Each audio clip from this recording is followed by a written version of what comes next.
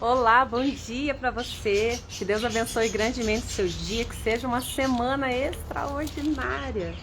Extraordinária. Então, vamos compartilhar a palavra, capítulo 9 de Romanos. Vamos lá? Isso. Então, diz assim na palavra do Senhor: digo a verdade em Jesus Cristo, não minto. A minha consciência me dá testemunho pelo Espírito Santo.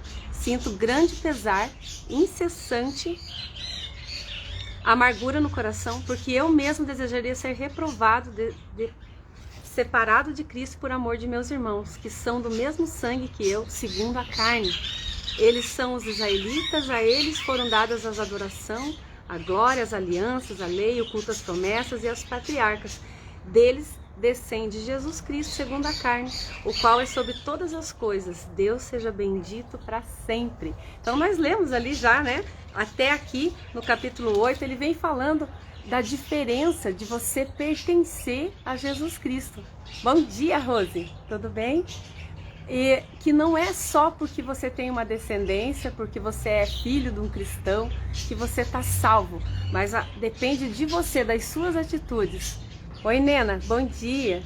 E é isso que ele está dizendo aqui. Não é a herança, ela pertence àqueles que verdadeiramente creem em Deus, né? Não aqueles que simplesmente fazem parte da descendência de Abraão. E ele está falando aqui para o povo, para os israelitas que estavam em Roma, e dizendo assim, não é isso que importa. Não é que vocês sejam lá descendentes de Abraão que importa, mas é o quanto seus corações estão voltados para Deus. E isso estava estampado não só na nova aliança, que vem a salvação por meio de Jesus Cristo, mas também lá no Antigo Testamento, onde ele cita alguns trechos aqui que a gente vai ver mais para frente. No versículo 6. Não quer dizer, porém, que a palavra de Deus tenha falhado, porque nem todos os que descendem de Israel são verdadeiramente israelitas, né? Como nem todos os descendentes de Abraão são filhos de Abraão, mas é Isaac que terá uma descendência que trará seu nome. Ele citou ali um trecho de Gênesis 21. Isso é, não são os filhos da carne que são filhos de Deus, mas os filhos da promessa é que são considerados como os descendentes. A descendência de Abraão é para aqueles que seguem, que creem nas promessas de Deus, não simplesmente porque foram herança genética do patriarca.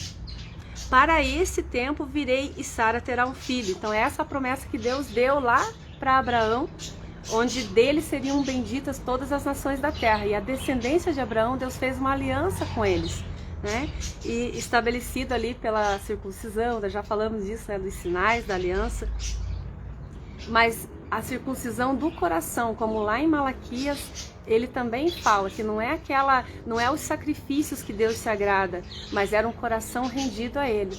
Então eles se basearam muito na lei e acharam que aquela proximidade de Deus, que Deus queria tanto, viria por meio dessa lei, do cumprimento dessa lei, quando ele falou que é o coração rendido que agrada a Deus, né? No 10, e não somente elas, também Rebeca, que concebeu 2 filhos de um só homem, Isaac, nosso patriarca, antes mesmo que fossem nascidos e antes que tivesse feito bem ou mal algum, para que fosse confirmada a liberdade da escolha de Deus, que depende não das obras, mas daquele que o chama. Foi dito a Rebeca, o mais velho servirá o mais moço, né? Rebeca teve, a esposa de Isaac, teve 2 filhos, Esaú e Jacó, e antes, no ventre dela, Deus já falou, eis que amei a Jacó e aborreci a Esaú. Então ali Deus já fez uma escolha de quem traria a descendência dele. Então a descendência não estava os dois eram filhos do mesmo Isaac, mas a descendência que Deus estava falando era daquele que iria carregar a promessa de Deus, que teria um coração voltado a obedecer ao Senhor, né? E no 13 fala, ali cita o versículo, como está escrito, amei Jacó, porém aborreci a Esaú. Que diremos, pois? Haverá injustiça em Deus? De modo algum, Porque ele disse a Moisés: farei misericórdia a quem eu fizer misericórdia, e terei compaixão de quem eu tiver compaixão. Dessa forma, a escolha não depende daquele que quer, nem daquele que corre, mas da misericórdia de Deus, né? A palavra fala isso, que Deus nos amou primeiro, nós amamos a Deus porque Deus nos amou primeiro. Então sempre parte do Senhor a misericórdia de nos alcançar. E o nosso coração responde, né, a esse chamado do Senhor, e a obediência ao mandamento do Senhor, aquilo que a palavra diz, é que vai dizer se nós somos verdadeiramente filhos dele, né? No 16, dessa forma a escolha não depende, nós lemos, né, daquele que corre, mas da misericórdia de Deus. Por isso diz a Escritura ao faraó: eis o motivo pelo que suscitei, para mostrar em ti o meu poder e para que se anuncie o meu nome por toda a terra. Portanto, ele tem misericórdia de quem quer e endurece a quem quer, né? A soberania é de Deus em todas as coisas. O que foi, Apolo? Não terminou ainda.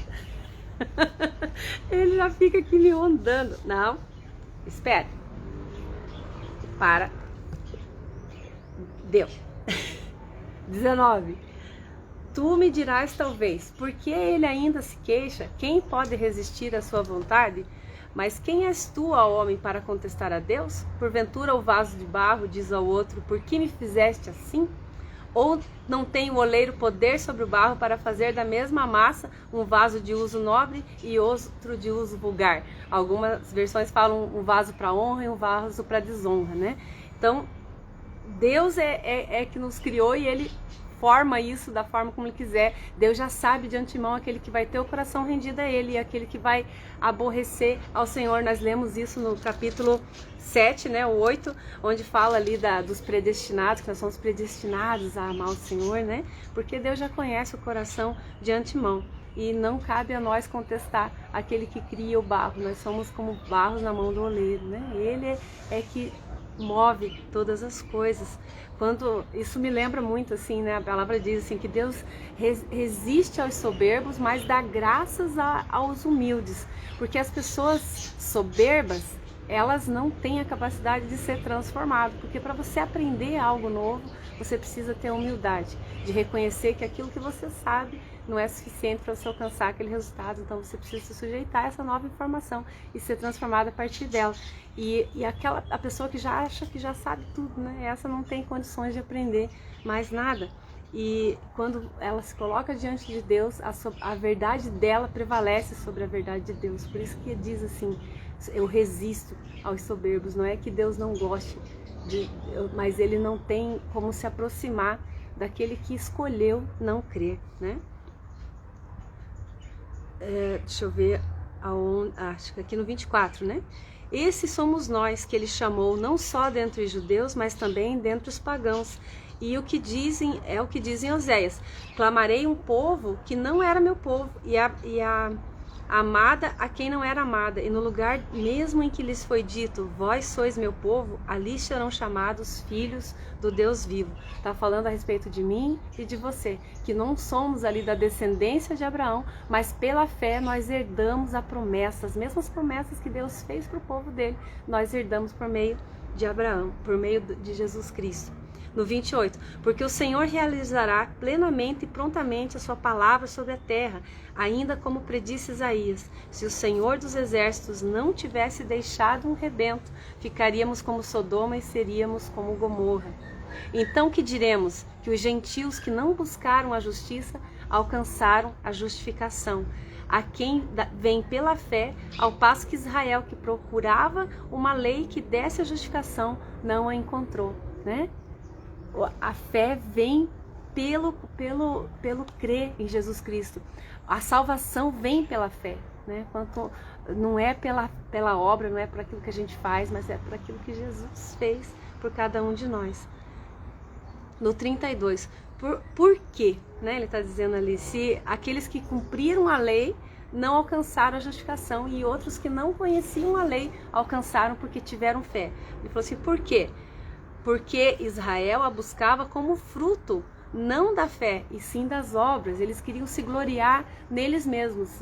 Nós somos descendência de Abraão, nós temos uma promessa, nós temos um Deus verdadeiro sobre nós e nós cumprimos toda a lei, né? Então não é por esse orgulho, não é pela obra, por aquilo que a pessoa faz. E tropeçou na pedra de escândalo, como está escrito: eis que põe sobre Sião uma pedra de escândalo, um rochedo que faz cair. Quem nele crer não será confundido. Aqui encerrou o capítulo 9 e o tema principal para a gente levar para o nosso dia de hoje não é o quanto que eu faço, mas é o quanto que eu creio, né? Eu estava ouvindo uma mensagem essa semana passada, né? Onde o pastor falava assim: quando você vai num médico, você recebe um diagnóstico de acordo com aquilo que você sente, né? Você chega lá e ele pergunta: o que você está sentindo? E ali, pelo que você está sentindo, ele vai dizer o que você deve fazer para que você melhore. E já com Jesus, ele não vai perguntar para você o que você está sentindo. Ele vai perguntar o que você está crendo. De acordo com aquilo que você crê, você já tem o seu diagnóstico, você já sabe o destino que você vai alcançar.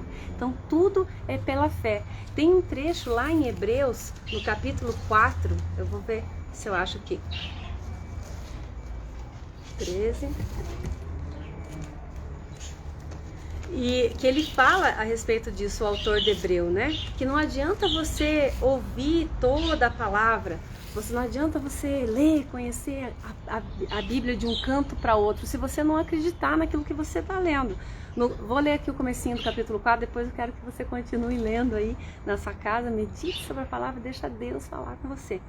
Enquanto, pois, subsiste a promessa de entrar no seu descanso, essa promessa do descanso é um tema para uma mensagem inteira. É lindo isso. O quanto Deus prometeu isso para o povo lá atrás. Ele não estava falando de um lugar de descanso, simplesmente sair ali, parar de dar volta em torno daquele Monte Sião e ir para a terra da promessa. Mas era um descanso nele, né? Era um descanso no Senhor. Tenhamos cuidado em que ninguém de nós corra o risco de ser excluído, né? Então, enquanto a gente está dando passo aí para chegar nesse lugar de descanso, que nenhum de nós seja excluído. A boa nova não nos foi trazida a nós como foi a eles, mas eles de nada aproveitou, porque caíram na descrença. Nós, porém, se tivermos fé, haveremos de entrar no descanso.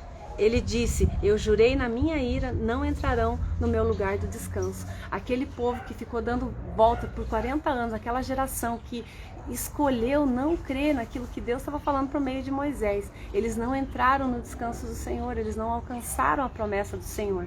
E aqui ele está falando a respeito da igreja, né? Ele fazendo a mesma analogia. Não adianta nada você estar em contato com a palavra de Deus se você não crê naquilo que está sendo anunciado. A sua vida continua do mesmo jeito, você não alcança a promessa. Vou ler um pouquinho mais aqui, no 4, né? Pois em certa passagem falou do sétimo dia, e terminando o trabalho descansou Deus no sétimo dia. Se, pois, ele repete, não entrarão no meu lugar de descanso, é sinal que outros são chamados a entrar nesse lugar. E como aqueles que quem primeiro foi anunciada a promessa não entraram, por não ter tido a fé. Deus, após muitos anos, por meio de Davi, estabeleceu um novo dia, um dia chamado hoje, para anunciar as palavras mencionadas. Hoje, se ouvires a minha voz, não endureçais os vossos corações. Não endureça o teu coração diante da palavra de Deus. Deixa ela entrar e fazer morada, transformando as nossas próprias realidades pela verdade da palavra de Deus. E a pouco a gente vai entrando nesse descanso do Senhor, onde a gente confia tanto que as coisas vão mudar, que você já não sofre com antecedência. Simplesmente você deixa nas mãos do Senhor verdadeiramente, né? É isso, que Deus abençoe seu dia, uma ótima semana. E amanhã, se Deus quiser, a gente está aqui de novo. Vamos ler o capítulo 10 aí de Romanos. Até!